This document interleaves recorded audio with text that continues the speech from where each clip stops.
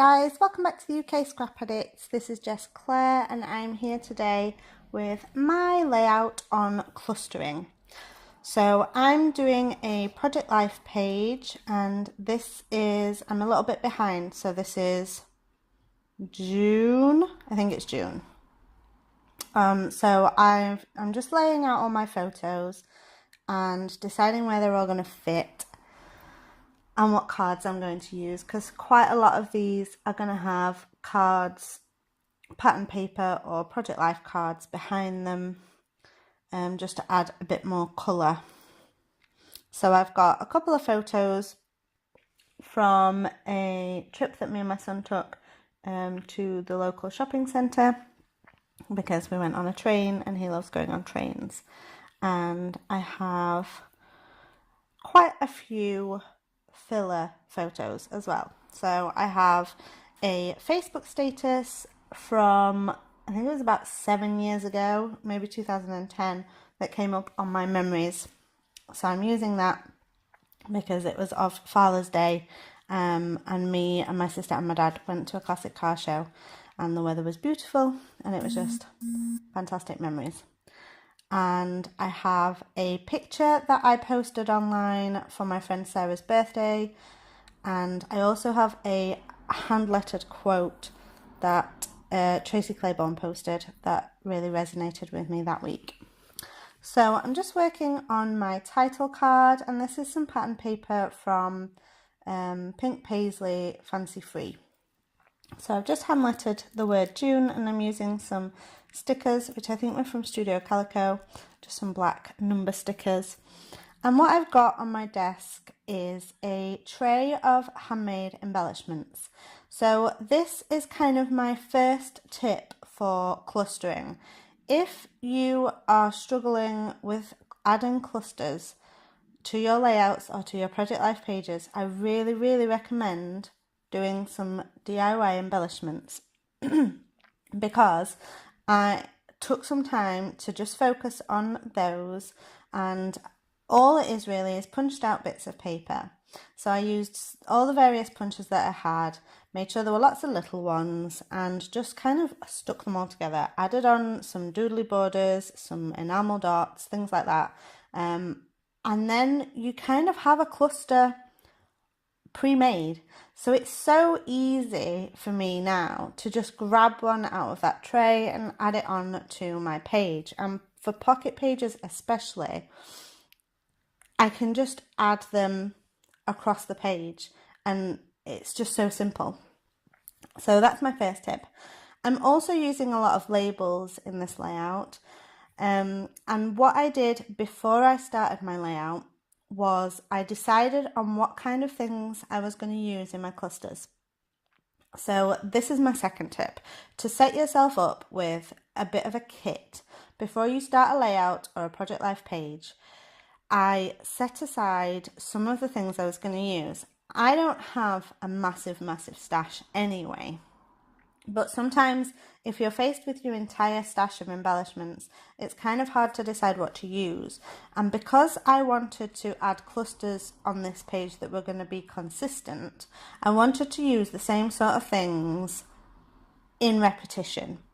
So I took out some labels, some phrase stickers. I have my DIY embellishments. I have a couple of tiny enamel hearts, my enamel dots, and some washi tape.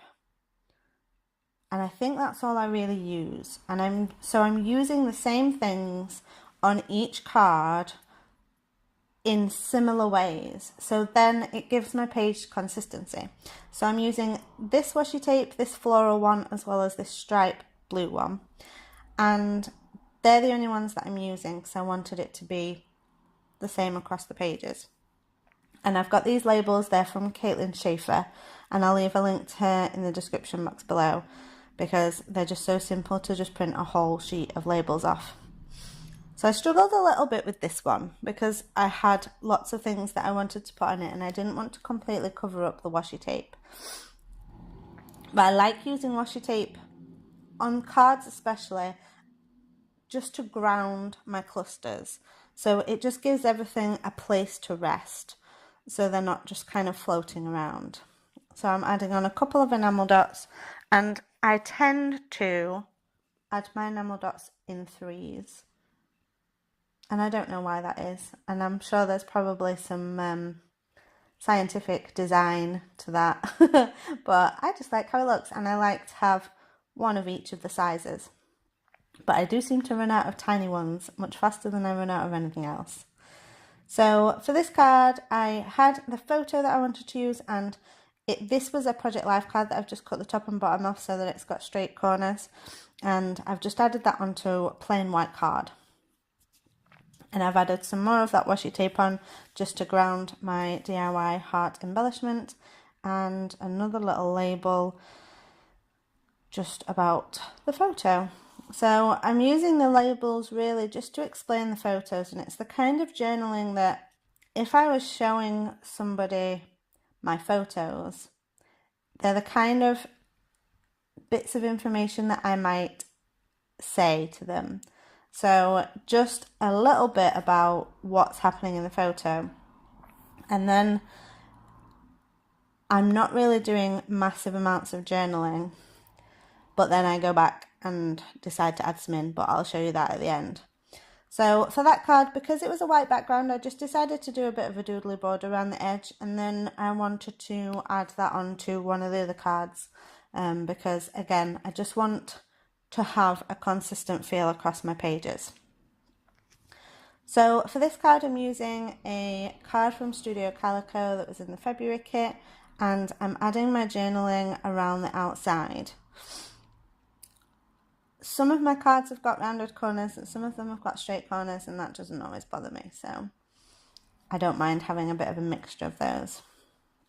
For this cluster, I've just added one of those DIY embellishments and a label with my journaling and another label with a different colour behind it. Some more phrase stickers and enamel dots. So that is all I've done for this layout, and I'll show you in a second what I did about my journaling. So I just wanted to show you this. I've finished my layout, and then I decided, well, I had a look back at my travels notebook, and I've been keeping daily journaling. So, well, mostly daily journaling. So I looked back at the week that I was writing about, and well, I had all that journaling, and I hadn't really left any space to do any journaling and to add any in. So what I've decided to do is make this into a flip pocket. So I've got it in, well, this is just a cut off, so sometimes I'll make an insert that is half a design, a page protector, and be left with this half that hasn't got the holes on the side. So I've just cut them down into the separate pieces to use as flip pockets. So I'm leaving the photo in there as it is. I'm just adding this card. I haven't added anything to it, but this is just the back of this really, and it goes with the rest of the colour scheme. So that's gonna, let me move this down, flip up from there, and then I've written my journaling. This is just a white card that I've added some embellishments and a doodly border too, so that can go in there. And then I'm just going to stick that on there with some tape. So I just wanted to show you that last little bit. So thank you for watching this video. I do hope you enjoyed it. Give it a thumbs up if you liked it, and I will be back with you next month with the new topic. Make sure to check out everybody else's videos on clustering, because there's loads of great tips, and if you've done a layout where you've done clustering, make sure to enter it in our Facebook page, because you could be in with a chance of winning a £30 voucher from Thompson's Craft Supplies. That's all from me. Thanks for watching.